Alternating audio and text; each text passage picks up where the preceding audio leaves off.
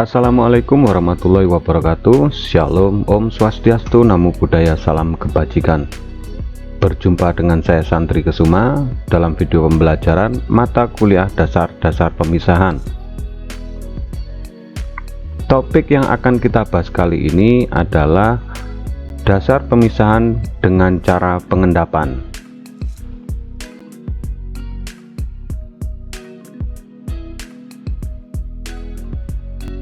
Jika kita mencampurkan suatu material dalam suatu pelarut, maka ada tiga hal yang mungkin akan terjadi. Yang pertama, kemungkinan akan terbentuknya suatu campuran homogen yang disebut dengan larutan. Terbentuknya larutan ini dapat terjadi jika zat terlarut mempunyai ukuran partikel kurang dari 1 nanometer. Kemungkinan kedua, akan terbentuk suatu campuran hidrogen yang disebut dengan koloid, yang secara kasat mata koloid ini akan terlihat homogen, walaupun sebenarnya sistem koloid ini merupakan sistem yang heterogen. Sistem koloid ini akan terbentuk jika zat yang dicampurkan mempunyai ukuran partikel antara 1 sampai dengan 100 nanometer. Kemungkinan berikutnya adalah terbentuknya campuran heterogen yang disebut dengan suspensi. Secara kasat mata, suspensi ini tidak terlihat homogen karena menghasilkan dua fasa zat yang terpisah. Dan dalam sistem suspensi ini, secara perlahan zat yang dicampurkan akan mengendap. Pada sistem suspensi, endapan yang terbentuk ini dapat dipisahkan dengan mudah dengan cara filtrasi biasa maupun dengan teknik dekantasi. Sedangkan pada sistem larutan dan koloid, materi yang tercampur tidak bisa dipisahkan dengan cara filtrasi biasa maupun dekantasi. Oleh karena itu, untuk memisahkan material yang terdapat dalam sistem ini dapat dilakukan dengan beberapa cara, antara lain ekstraksi cair-cair, filtrasi memban, pengendapan, dan lain-lain. Dalam topik yang akan kita bahas kali ini, cara pemisahan yang akan dilakukan adalah dengan cara pengendapan, baik itu secara kimia, fisika, maupun biologi. Pada pemisahan dengan cara pengendapan secara kimia dapat dibedakan menjadi tiga cara, antara lain yang pertama, pengendapan berdasarkan perbedaan kelarutan atau disebut dengan pengendapan selektif. Yang kedua, pengendapan secara elektrokimia, dan yang ketiga, pengendapan dengan bantuan koagulan dan flokulan. Pada umumnya, pengendapan berdasarkan perbedaan kelarutan dan pengendapan secara elektrokimia digunakan pada campuran homogen dalam bentuk larutan. Sedangkan pengendapan dengan bantuan koagulan dan flokulan digunakan pada campuran heterogen dalam bentuk koloid atau padatan tersuspensi yang sulit mengendap.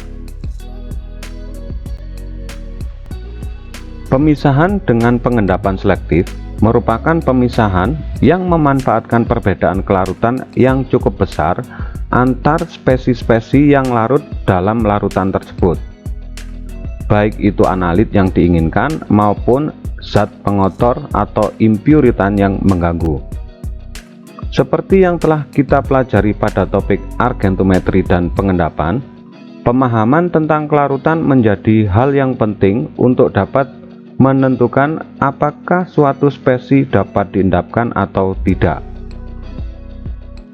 Kelarutan suatu zat dalam pelarut dipengaruhi oleh tetapan hasil kali kelarutan zat tersebut atau KSP, dan hasil perkalian konsentrasi ion-ion yang bergabung untuk membentuk suatu endapan atau KSP. Semakin kecil nilai KSP suatu zat, maka akan semakin sulit zat tersebut untuk larut atau dengan kata lain, semakin kecil KSP suatu zat, maka semakin mudah zat tersebut untuk mengendap. KSP merupakan tetapan hasil kali kelarutan dengan nilai tertentu seperti yang terlihat pada tabel berikut.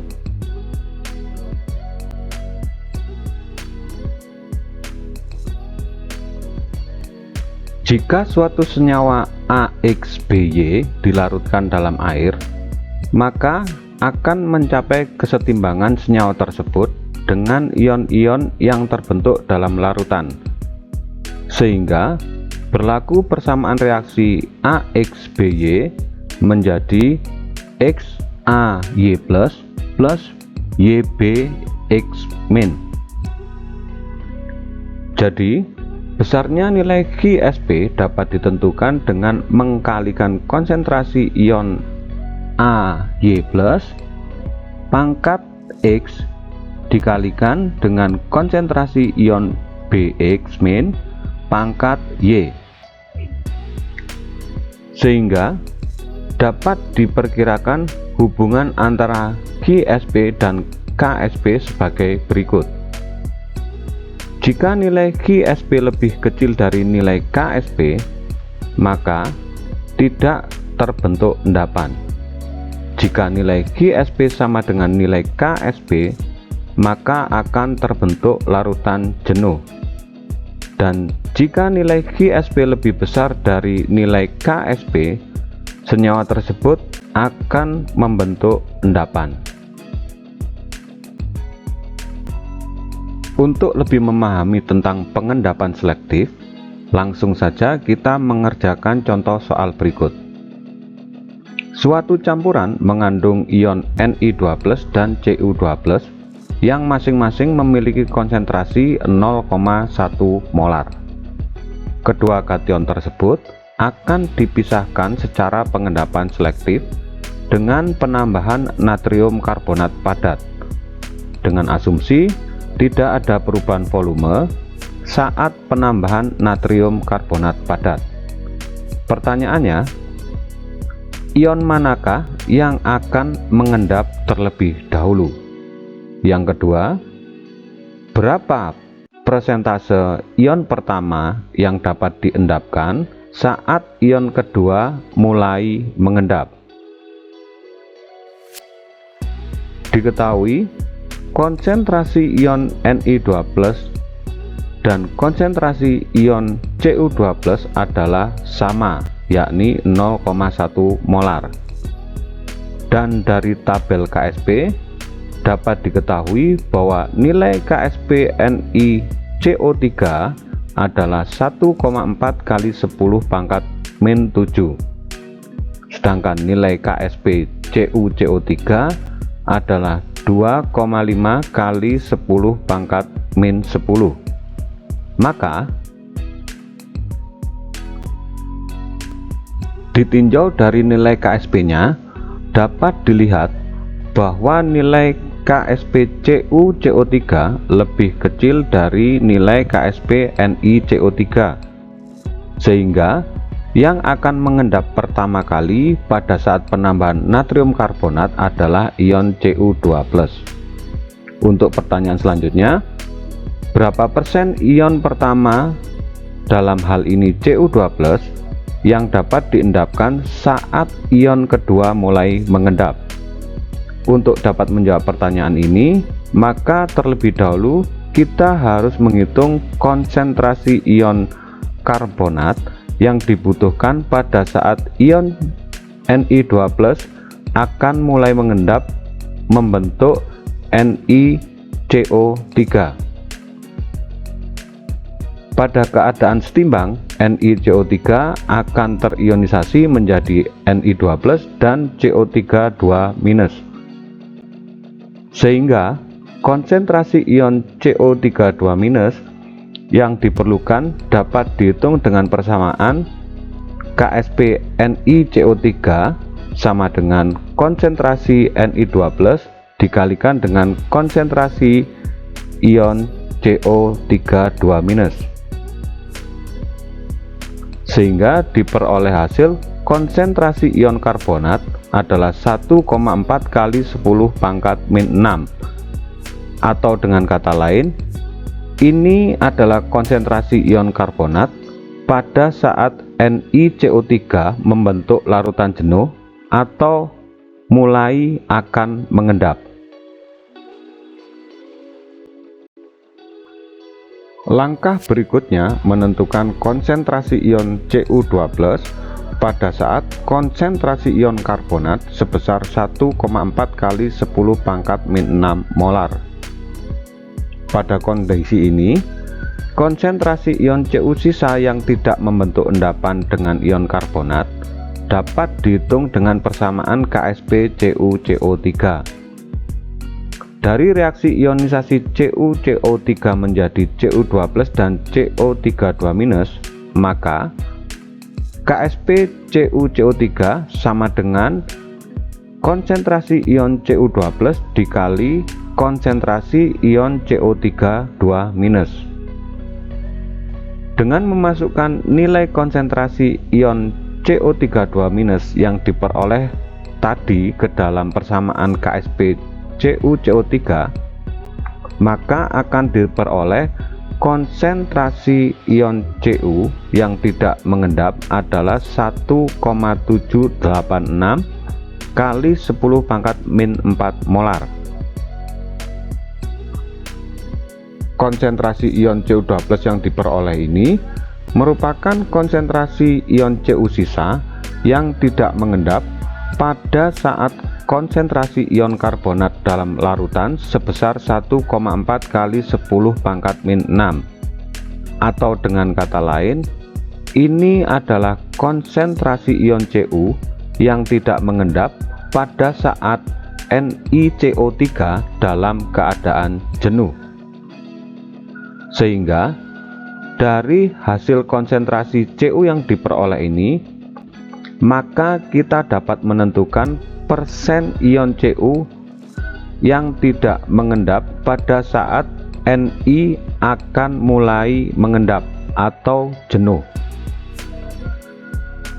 Persen konsentrasi ion Cu sisa yang tidak mengendap dapat dihitung dengan membagi konsentrasi ion Cu yang tidak mengendap dibagi dengan konsentrasi ion Cu awal, yang selanjutnya dikalikan 100% dan diperoleh hasil 0,18%.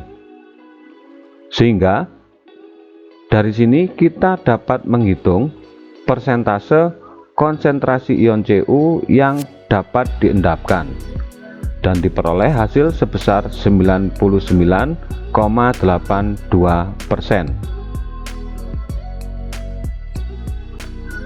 Contoh soal berikutnya, suatu campuran mengandung NaCl dengan konsentrasi 0,087 molar dan NaI dengan konsentrasi 0,207 molar. Kedua anion dalam larutan tersebut akan dipisahkan secara pengendapan selektif dengan menambahkan AgNO3 padat, dengan asumsi tidak ada perubahan volume saat penambahan AgNO3. Pertanyaannya, ion manakah yang akan mengendap terlebih dahulu? Berapa konsentrasi ion pertama saat ion kedua mulai mengendap? Dan yang ketiga, berapa persentase ion pertama diendapkan pada saat ion kedua mulai mengendap? Untuk contoh soal yang kedua ini, silakan Anda kerjakan sendiri agar Anda lebih memahami konsep pemisahan dengan pengendapan kimia atau pengendapan selektif. Teknik pemisahan dengan pengendapan kimia berikutnya adalah dengan pengendapan secara elektrokimia. Proses pemisahan dengan pengendapan ini diistilahkan dengan elektrodeposisi. Elektrodeposisi ini mirip dengan elektroplating atau proses penyepuhan. Pada elektrodeposisi, analit yang akan dipisahkan diendapkan secara spesifik pada anoda berdasarkan perbedaan potensial. Skema proses elektrodeposisi dapat dilihat pada ilustrasi berikut, di mana A adalah rectifier, B adalah buck proses, C adalah anoda, dan D adalah katoda atau benda kerja. Pemisahan dengan elektrodeposisi ini biasanya digunakan pada larutan yang mengandung campuran ion-ion logam. Rectifier merupakan alat untuk merubah tegangan AC dari sumber listrik menjadi tegangan DC dan merupakan sumber arus listrik searah yang pada umumnya beroperasi pada tegangan 1–12 volt. Berikutnya, bak proses merupakan wadah penampung yang berisi larutan campuran yang mengandung analit yang akan dipisahkan. Biasanya, larutan campuran ini dapat dipisahkan pada pH 5–8. Bak proses harus mampu menampung volume total larutan elektrolit yang mengandung analit yang akan dipisahkan. Selain itu, bak proses harus tahan terhadap pengkaratan dan tahan pada suhu tertentu. Oleh karena itu, biasanya bak proses terbuat dari bahan baja yang dilapisi dengan karet, plastik, fiber, atau PVC. Berikutnya adalah anoda. Anoda ini merupakan potongan logam pejal yang bersifat inert. Inert ini maksudnya tidak bereaksi dengan larutan kerja. Anoda dapat terbuat dari logam murni atau alloy untuk mengalirkan listrik positif yang berasal dari rectifier ke dalam larutan. Berikutnya ada katoda yang merupakan material logam atau non-logam yang bersifat konduktor yang menjadi tempat pengendapan analit yang akan dipisahkan.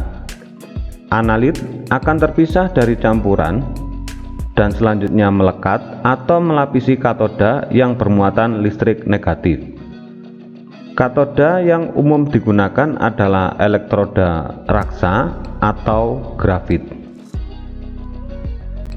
Mekanisme pengendapan elektrodeposisi dapat dilihat pada ilustrasi berikut ini, di mana analit berupa ion logam yang terdapat dalam larutan kerja akan tereduksi karena adanya elektron yang dialirkan melalui katoda, sehingga mengakibatkan ion-ion logam tersebut akan menempel pada katoda.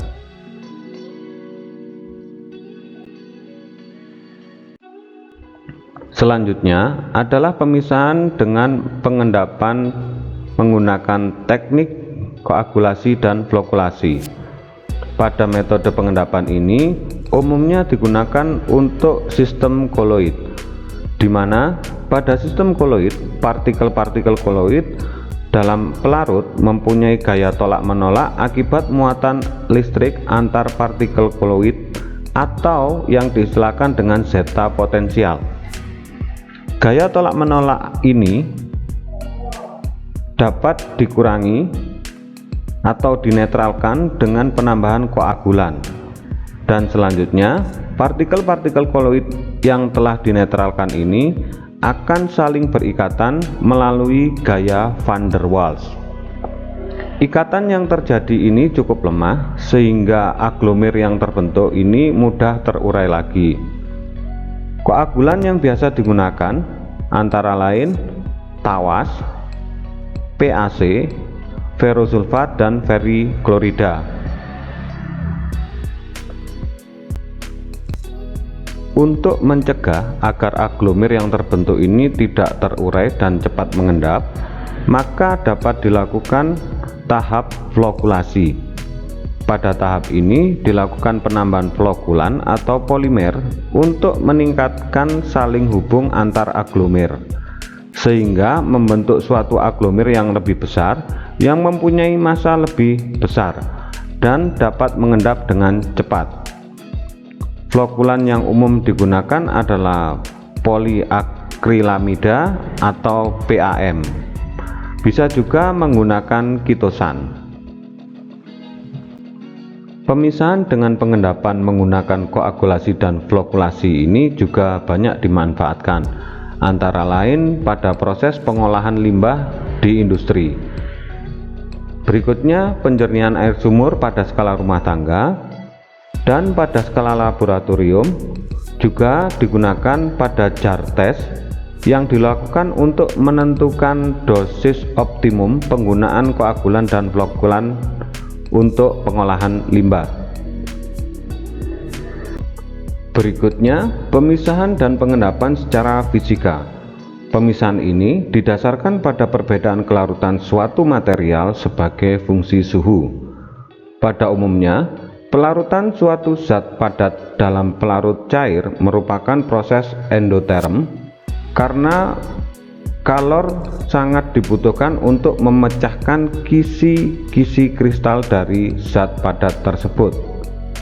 Akibatnya, kelarutan suatu zat padat dalam pelarut cair akan meningkat jika suhu pelarut dinaikkan, seperti yang ditunjukkan pada grafik berikut ini. Dapat dilihat, gambar ini merupakan grafik hubungan kelarutan KNO3, CuSO4, dan NaCl terhadap temperatur. Bila suhu dinaikkan, maka kelarutan KNO3 dan CuSO4 akan semakin tinggi.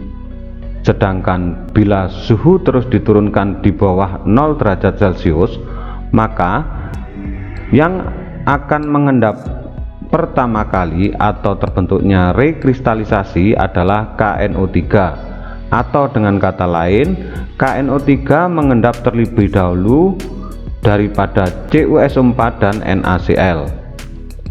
Proses pengendapan fisika ini umumnya digunakan untuk pemisahan atau pemurnian suatu zat. Pemisahan dan pengendapan selanjutnya adalah dengan pengendapan biologi. Pemisahan ini didasarkan pada peran mikroorganisme, dalam hal ini bakteri, untuk mengurai material organik yang terlarut. Hasil dari penguraian ini biasanya menghasilkan gas dan material lain yang dapat mengendap. Beberapa bakteri yang dapat digunakan untuk pemisahan ini antara lain Geobacter, Marinobacter, Oceanobacter, Alcanivorac, dan lain-lain. Penerapan pemisahan dengan pengendapan biologi dengan bantuan bakteri ini banyak dimanfaatkan pada sistem pengolahan limbah, baik secara aerob maupun anaerob. Pada gambar A dapat dilihat bahwa pada pengolahan limbah secara aerob terdapat tangki aerator yang berfungsi untuk mengalirkan udara ke dalam tangki. Tujuan pengaliran udara ini adalah untuk meningkatkan kadar oksigen dalam limbah, sehingga bakteri aerob dapat berkembang biak dan mengurai limbah dengan baik. Pada gambar B dapat dilihat bahwa pada pengolahan limbah secara anaerob tidak terdapat tangki aerator. Akan tetapi, limbah ditempatkan pada suatu tangki reaktor biologis sehingga terjadi penguraian material dalam limbah menjadi biogas dan material lain yang dapat mengendap sebagai sludge. Demikian tadi beberapa penjelasan tentang pemisahan dengan pengendapan, baik secara kimia, fisika, maupun biologi. Semoga topik bahasan ini bermanfaat dan dapat menambah wawasan Anda. Akhir kata, billahi taufiq wal hidayah. Wassalamualaikum warahmatullahi wabarakatuh.